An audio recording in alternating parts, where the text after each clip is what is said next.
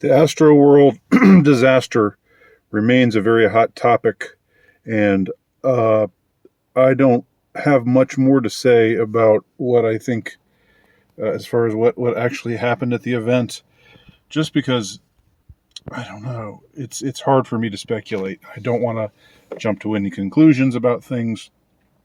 I understand the interpretation that a lot of people are that a lot of people have about the event, that it was somehow orchestrated ritualistically, and that there were things done with the kind of aura, the kind of vibrations that were being put forth, just the whole set design, how it looked like the pit of hell, and there was the architecture with the head of Travis Scott, who, by the way, I didn't really know much of anything about before all this took place. Full disclosure, full Gen Xer, old person disclosure. My son knew about him, but and played me some songs of his before any of this went down, but I didn't know who it was or anything. But anyway, so the architecture that featured the head of Travis Scott, and it was done with the mouth open in a way that was meant to be modeled after this painting that portrayed the hell mouth, and the imagery is definitely dark, infernal, satanic, demonic, but there are always the those who would say, well, this is just set design, this is part of the show, this is part of the experience, and so forth. And then there would be others who would retort, saying, well, yes, perhaps so, but perhaps Travis Scott himself didn't know what all this stuff was supposed to, signify. Maybe he's just being led around like a puppet to do these kinds of things, or to have these kinds of events with this kind of imagery and stuff. But that when you dabble in this sort of imagery and this sort of these kinds of ideas and creating this kind of atmosphere where you literally have a hellish vortex on your stage, and all kinds of very scary kind of hellish, demonic, satanic imagery. Whatever your intention was in the use of it, you are summoning things up that, regardless of your intentions, are coming forward. It's hard for me to really make head or tail of. I've watched a lot of eyewitness testimony, or people who claim to be there. If you want to be ultra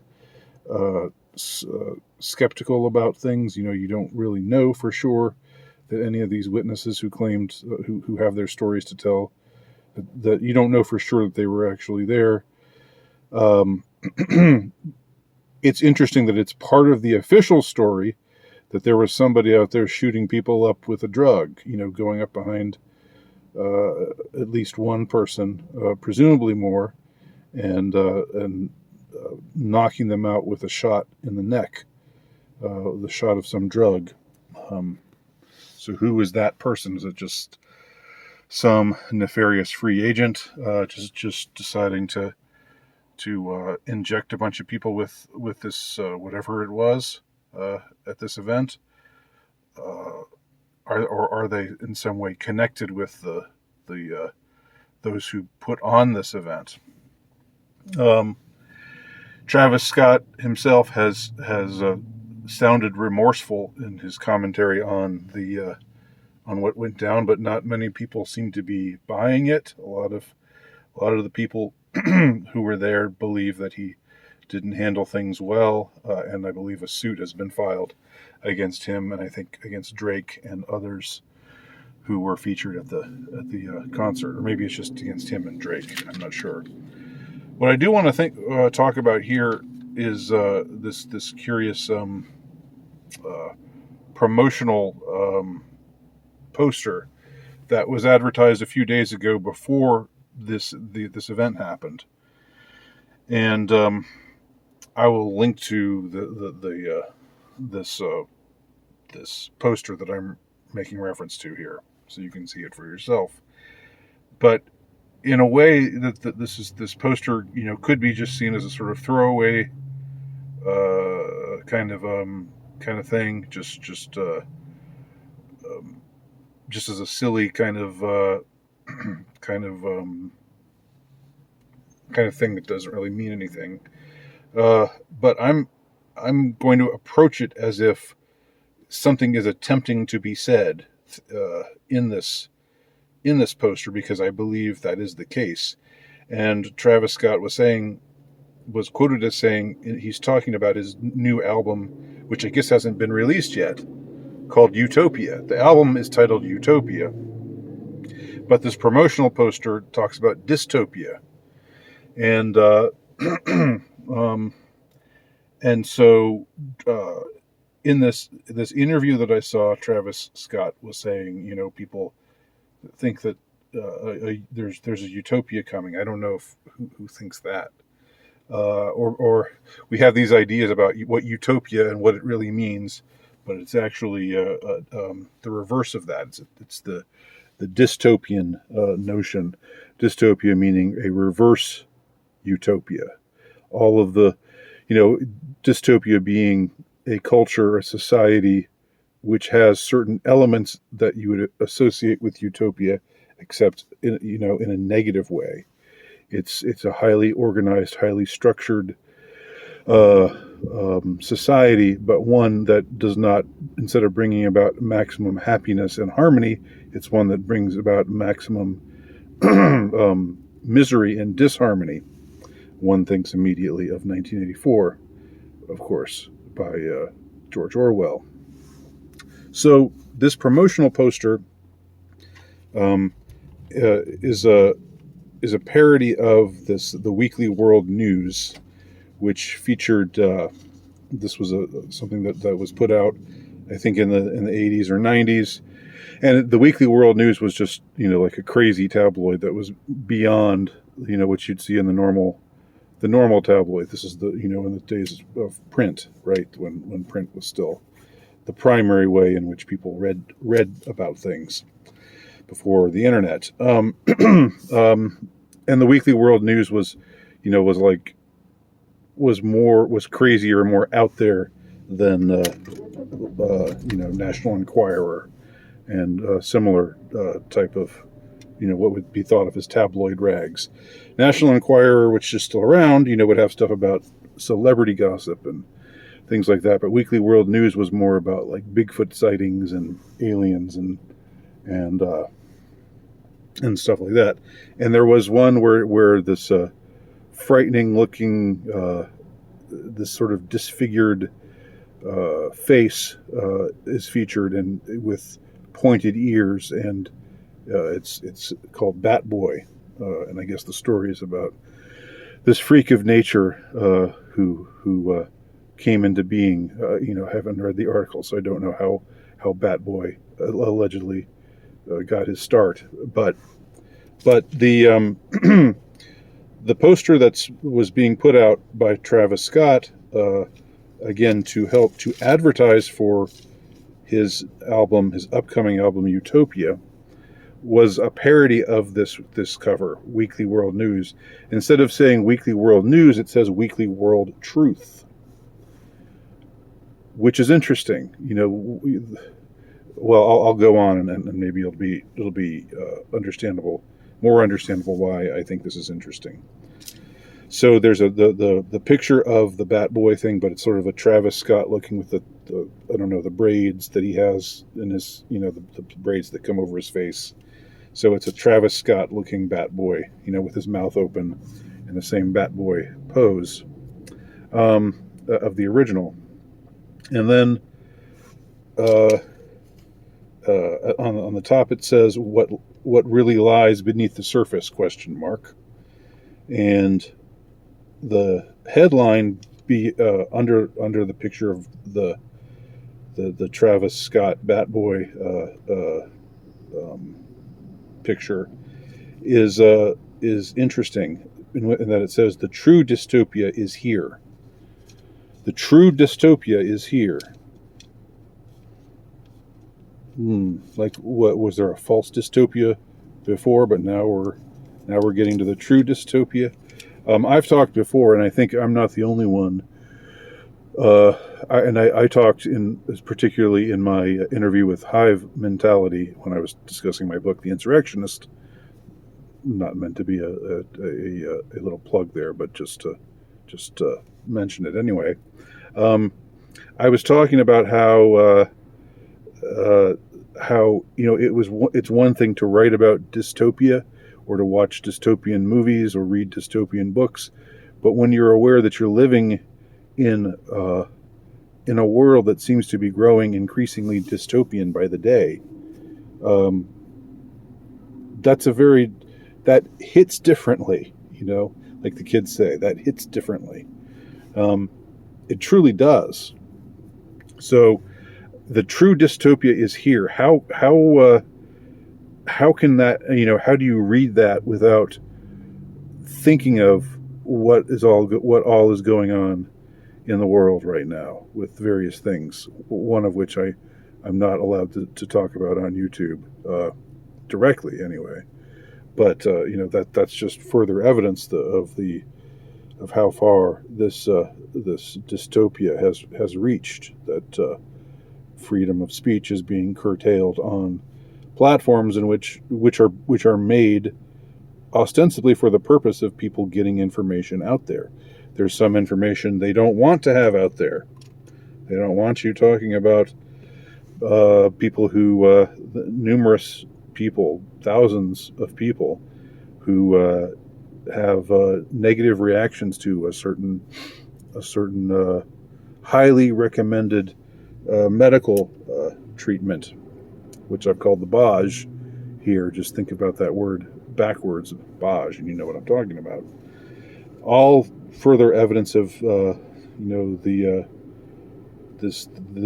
dystopian architecture that is the dystopian psychic architecture that is going up all around us. So this cover, which calls itself Weekly World Truth, not Weekly World News, but Weekly World Truth, like this is the truth. They're telling us, they're leveling with us here, telling us the truth. Okay, and the truth is that the true dystopia is here.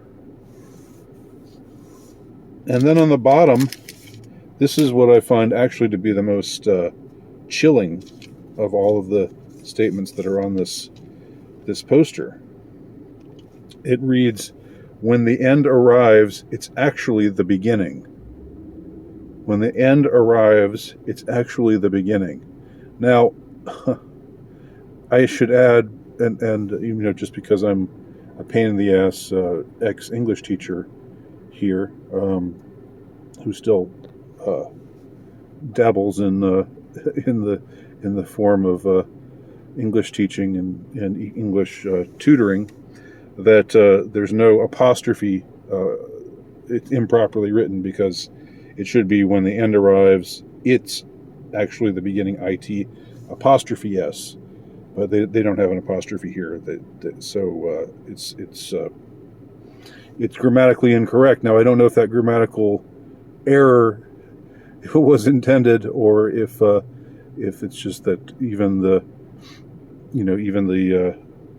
people writing for major multi-million-dollar labels, artists who are signed to multi-million-dollar labels don't know basic grammar, which could well be the case. But let's just put that grammatical error to the side for a second.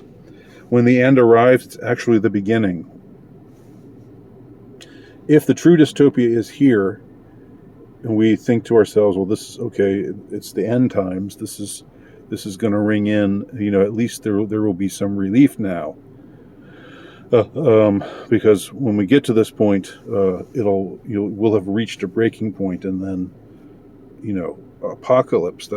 Apocalypse means when that which is hidden is made manifest, and so it's a time of it's a time in which, on the one hand, things are very bad and things are very grim, but on the other hand, you see a real flowering of truth, people understanding truth, people seeing truth in ways that they'd never seen it before. So you would think from that out of the bad there would come something good would come. But this reading, when the end arrives, it's actually the beginning.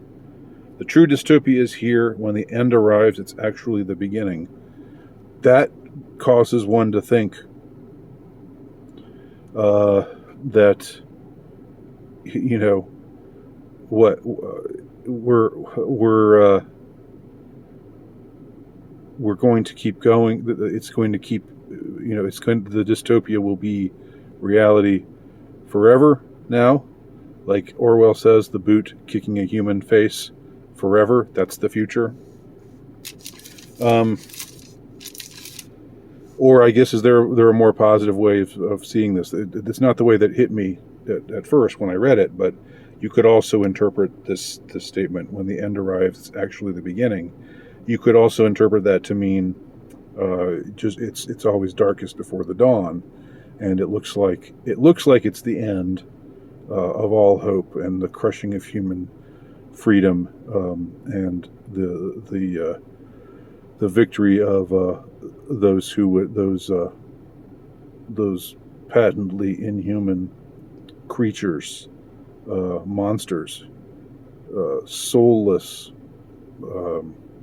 golems who would rule over us forever, parasitically draining our essence. But maybe it's actually the beginning. It's the beginning of the fight for freedom. I guess there's two different ways you could interpret that. So that's what makes it compelling, even with the awful, inexcusable grammatical error. Now, my question is, if this is all meaningful, and I think it seems like if it's just a bunch of gibberish, if it's just a bunch of stuff to say stuff, why would they say this as opposed to, I don't know, girls, or I don't know. They could say any number of things that would be not terribly meaningful or insightful or portentous, but that they would choose to put this on the poster. What does that mean? What does that signify? And how is that to be read in the context of what happened at Astroworld? That's my question. That's my question to you. And I'm interested to know, because I don't have the answer myself. So, what do you think? Let me know. My name's Andy Nowicki.